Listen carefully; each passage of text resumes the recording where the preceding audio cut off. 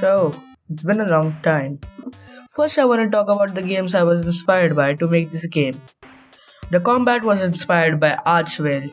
The general style of this game was inspired by Legend of Zelda: A Link to the Past.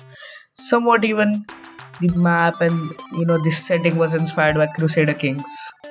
My friends and I have also started to write the dialogue for this game. So in the last devlog, I said that the Black Death is gonna be a huge part of this game. So this is in the form of a curse, an ancient wizard's mistake. Anyway, let's talk about the progress I made. Whoa, what is that? I made new sprites which gives these trees a pseudo 3D effect. I also added a parallax effect to the trees and shadows. I also made this new bush, grass, rocks, and path sprites. I also made a currency system. The currency is dropped by enemies upon death. I wanted the currency to be unique since it's the standard gold coin is too well standard. So I was researching gemstones and something caught my eye.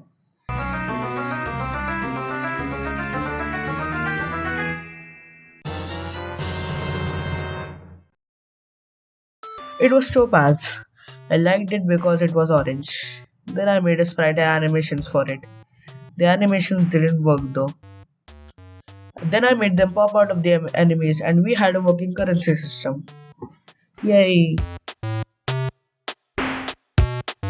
Something I forgot to talk about in the last episode is the newly added shop system. The way the shop system works is first I made an array of shop items and then I set them manually in the inspector. Then I set the shop buttons, visibility and icons according to whether there is an item at that index or not, and then I add a listener to the buttons to purchase. And it works. Let's just pretend that this circle is a shop.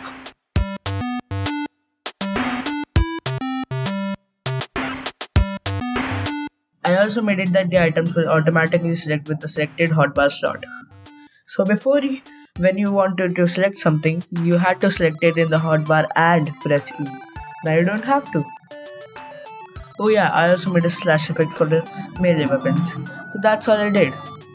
Next devlog, I plan to add some magic weapons and some gameplay story, some wands, staffs, etc. to the game.